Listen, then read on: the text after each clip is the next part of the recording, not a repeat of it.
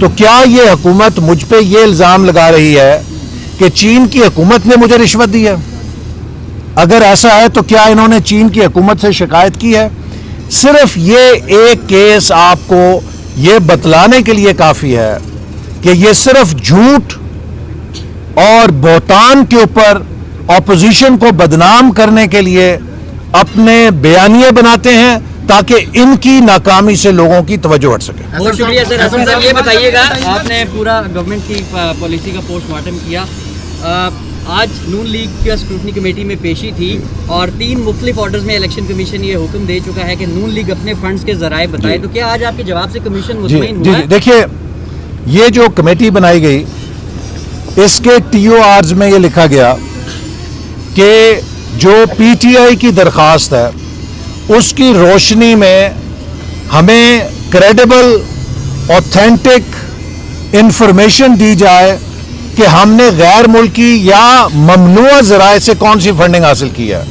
ہم نے election commission کو یہ سٹیٹمنٹ دی ہے, میں نے ایز سیکرٹری جنرل, کہ مسلم لیگ نون نے ممنوع ذرائع سے کوئی فنڈنگ حاصل نہیں کی.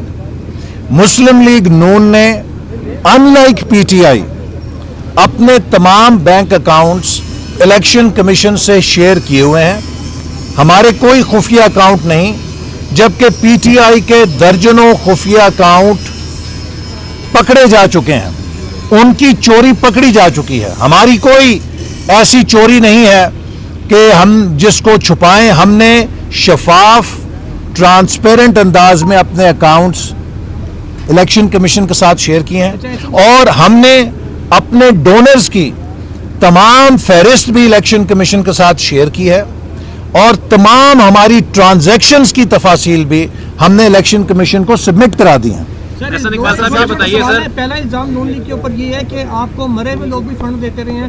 دوسرا سوال یہ ہے کہ آپ بھی ڈی سی صاحب یہاں پر آئے تھے, ڈپٹی کمشنر اسلام آباد, وہ کہہ رہے تھے کہ کل جو احتجاج ہے وہ صرف شرائع دستور کے اوپر ہوگا, یہاں الیکشن کمیشن کسی کو آنے کی اجازت نہیں ہوگی. اس حوالے سے بھی ذرا بتائیے. دیکھیے, جو احتجاج ہے اس کی تفصیل تو انتظامیہ کے ساتھ ہمارے مقامی لوگ طے کریں گے کہاں پہ جائے گا. ہم ایک پرامن احتجاج کر رہے ہیں.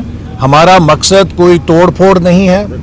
ہمارا مقصد صرف پاکستان کے عوام کی وہ آواز اٹھانا ہے کہ 6 سال ہو گئے ہیں ایک پارٹی غیر قانونی ذرائع سے, ملک دشمن لابی سے پیسہ لے کر پاکستان کے اندر مسلسل پولیٹیکل انریسٹ پیدا کرتی رہی.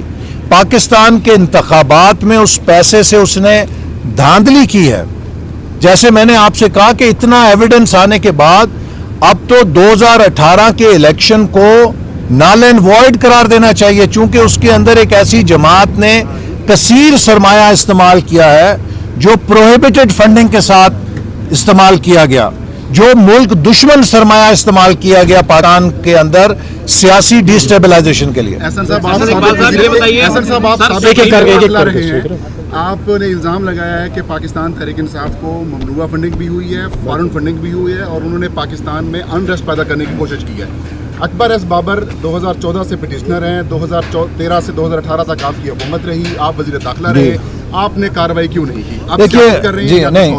دیکھیے, میں تو 10 مہینے آخر میں رہا, لیکن ہماری کوشش یہ تھی کہ پاکستان کے ادارے کسی سیاسی مداخلت کے بغیر, اگر ہماری حکومت اس معاملے میں مداخلت کرتی تو اسے انتقامی کارروائی قرار دیا جاتا.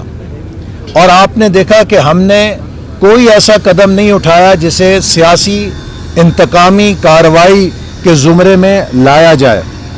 اس کیس پہ اپوزیشن کو بھی آواز اٹھانے کی ضرورت نہیں پڑنی چاہیے تھی.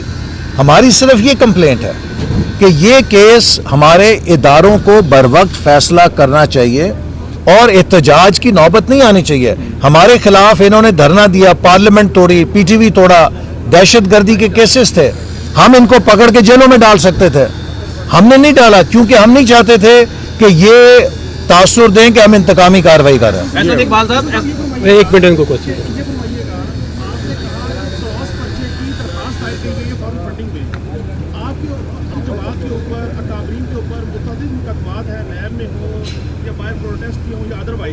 کیا سمجھتے ہیں کہ یہ جو درخواست دائر کی گئی کراس پرچے کی, کہیں اس کا پرچہ ہونے تو نہیں جا رہا؟ نہیں دیکھیے مجھے تو جو جھوٹی درخواست ہے وہ تو جھوٹی ہوتی ہے نا. اصل مقصد یہ ہے, اصل بات کیا ہے کہ پی ٹی آئی کی فورن فنڈنگ پکڑی گئی ہے, پی ٹی آئی کی چوری پکڑی گئی ہے.